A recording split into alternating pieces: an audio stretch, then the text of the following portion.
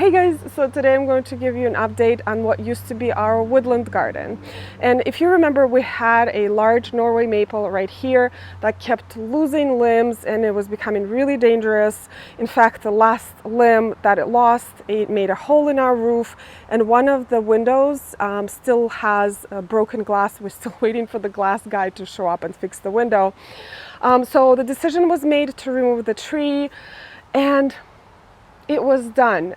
Coincidentally, 2 days before we removed the tree, we actually had a really bad storm, and one of our neighbors 4 doors down, one of their large trees fell down, completely leveled their garage, fell down in their neighbor's pool, damaged their garage as well. I mean, it was just really traumatic. So I was feeling like it was the right decision to remove this tree that was just becoming so hazardous. Now, when I have any projects done either inside the house or outside, I usually look for about 5 estimates from different companies, and I will post the estimates somewhere here or here. And I believe the range was anywhere from $2,500 to $3,900 in our area. Now, I want you to remember that all of these numbers can have like no relevance to your area at all, because a lot of these prices are very regional. So we decided to go with the lowest bidder, and not just because they were the lowest bidder. They were actually really professional, really friendly, obviously insured.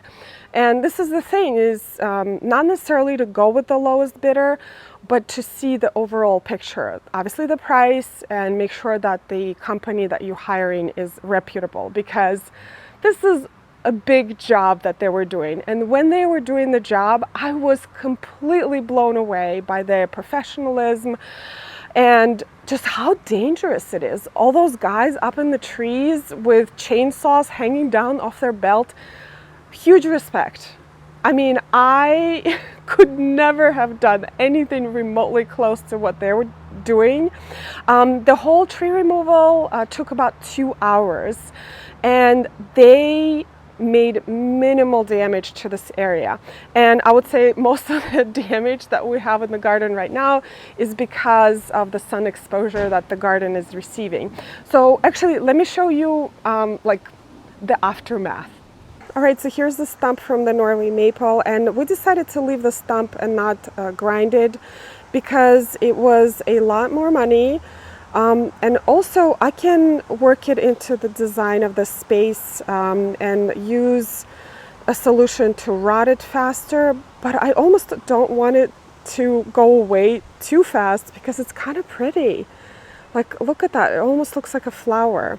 And I did count the rings. This tree was 86 years old, and just for comparison, this piece of a stump that I kept from our American holly that we removed a couple of years ago, this American holly was about 90 years old. And as you can see, these two trees are the same age, but look at the difference because of the growth rate. Maple was twice as, maybe more, maybe bigger than the American holly. And the American holly, because of the slower growth rate, their wood is very dense. And the maple, because it's a faster growing tree, their wood is much more fragile, and that's why they kept losing limbs. Anyway, also this plant here, Solomon seal, is starting to get really bleached from the sun and all of the sun exposure that's getting now after the tree was removed. And this entire area is struggling, and I was expecting it. The hydrangeas are kind of droopy, and not just because of all the sun, but also the brutal weather that we had in the last week. We had our second heat wave, and today is actually the very first nice day where I could be outside like comfortably. So for this area now, I have a lot of ideas. Actually, let me show you. All right, I have a lot of ideas as for the planting scheme for the space, and I'm actually really excited to start designing it and planting it. But as for the screening of our neighbor's house, I have 2 general options. And by the way, our neighbors are lovely people, but I just don't want to look at their house every day. So the first option is to remove this part of the privet hedge that we have right here, and we inherited this privet hedge from our previous owners, and it's been serving us okay as a screen, but I would like to start removing it slowly and replacing it with something else. So the idea is to replace it with some sort of evergreen screen, evergreen conifers, but I don't want it to be a uniform row. I want it to be staggered and like different sizes of trees to make it look a little bit more natural. And then the second option is plant 3 medium-sized trees in this general area, something that grows to about 25 to 30 feet tall, and recreate that beautiful woodland garden feel. And then underplant this area with beautiful shrubs, perennials, and bulbs for the spring. So this is the plan so far, and if you have any opinions on whether you'd like to see more of an evergreen screen here or the trees, you can help me out in the comments, because I really been struggling with this, making these decisions. Anyway, this is it for the update.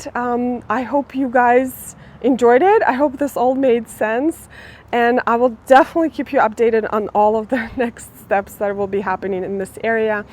Thank you so much, you guys, for watching. I hope you learned something new in this video, and I will see you in the next one. Bye.